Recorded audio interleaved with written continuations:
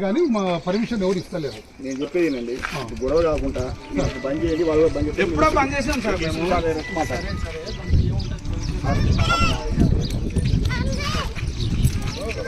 నేనైతే ఎప్పుడు ఉండటైతే ఏమంటాడు ఒకరి జోలు రైతోనే కాదు, ఒక ఏంటి అసలు అంటే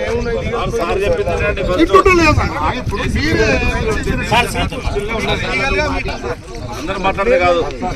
ఏసీబీ గారి దృష్టిలో ఉన్నది. ఈవినింగ్ ఏసీబీ గారి ఆఫీస్కి రమ్మంటే ఆ ఏసీబీ గారి ఆఫీస్ మాట్లాడతాం. ఒక్కొక్కటిసారిగా అయినది ఆ ఎదురుగిల్లు ఇతండి. ఇప్పుడు మీ వీళ్ళు బాగా సౌండ్ పెడతారు. వీళ్ళు 6 నెలల నుంచి మాకు ఎప్పుడు సౌండ్ పెట్టడం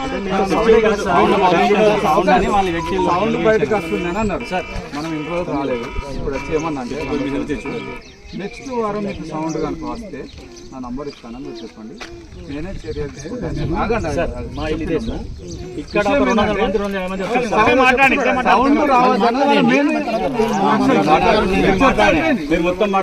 చర్చ అయిపోయింది. సౌండ్ కింద ఏం పెట్టలేదు, చర్చ అయిపోయింది. ఇప్పుడు మేము సౌండ్ పెట్టలే అంటే మళ్ళీ అదే నెక్స్ట్ వారం మీకు సౌండ్ వినబడితే మాతో టచ్ చెప్పండి. రోజు అదే పని ఒక 250 మంది అట్లా వస్తారు సార్. వచ్చి ఒక సండే రోజే కాదు, మధ్య మధ్యలో కూడా చేస్తారు. ఇక్కడ మొత్తం వీళ్ళంతా వచ్చేసి న్యూసెన్స్ చేస్తున్నారు సార్. మొత్తం మా ఇంట్లో మైకులు పెడతారు గట్టిగా. మా పెట్టకుండా చూద్దాం. లేదు సార్, మైక్ ఉండదు సార్, చర్చ ఉండదు సార్.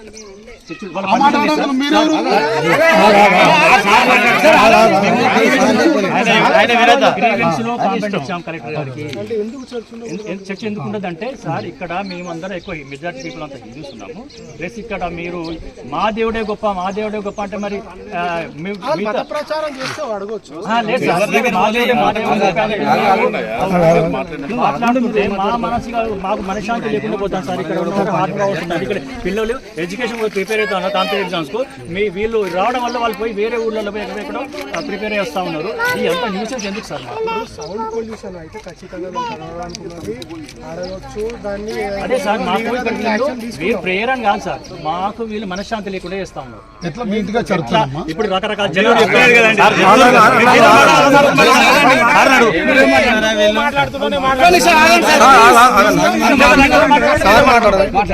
మీరు రాతపూర్వకంగా మీ కంప్లైంట్ రాసి ఇవ్వండి. గ్రీవెన్స్ ఇచ్చాం సార్, ఎంక్వైరీ చేద్దాం. గ్రీవెన్స్ ఇచ్చాం. మాకు మీ సమస్య ఏంటో ఇవ్వండి, దాని మీద చట్టపరంగా ఏమున్నదో మనం యాక్షన్ ఇస్తాం. అది కాకుండా చట్టాన్ని చేతిలో తీసుకొని మీరు వచ్చి ల్యాండ్ ఆర్డర్ ఇష్యూ చేస్తాము అని అంటే సరికాదు.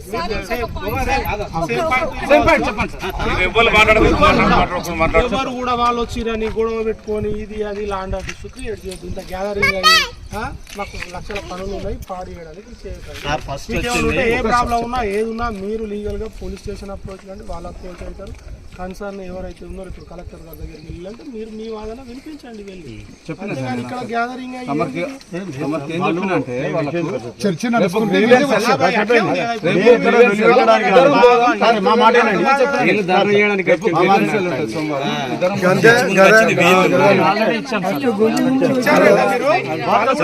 వాళ్ళు కూడా వినిపించుకోండి సార్. వాళ్ళని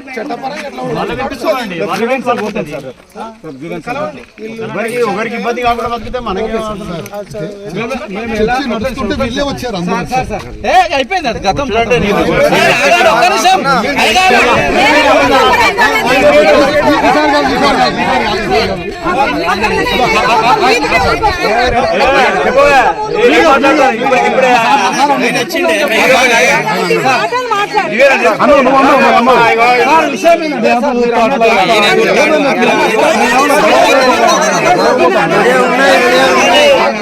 మాట్లాడే మనం చేయాలన్నట చేయాలంటారు అంటే ఒడ్డు కట్టుకుంటారని మీరు అంటాడు.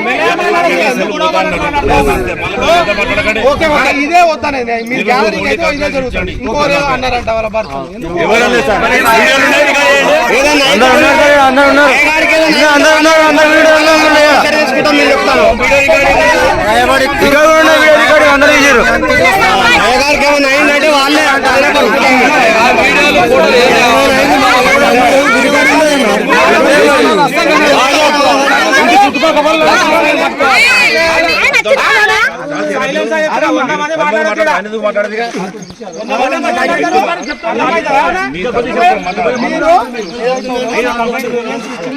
వాళ్ళు కూడా కలుస్తారంట.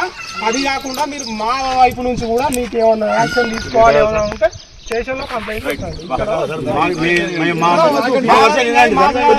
మీరు మాట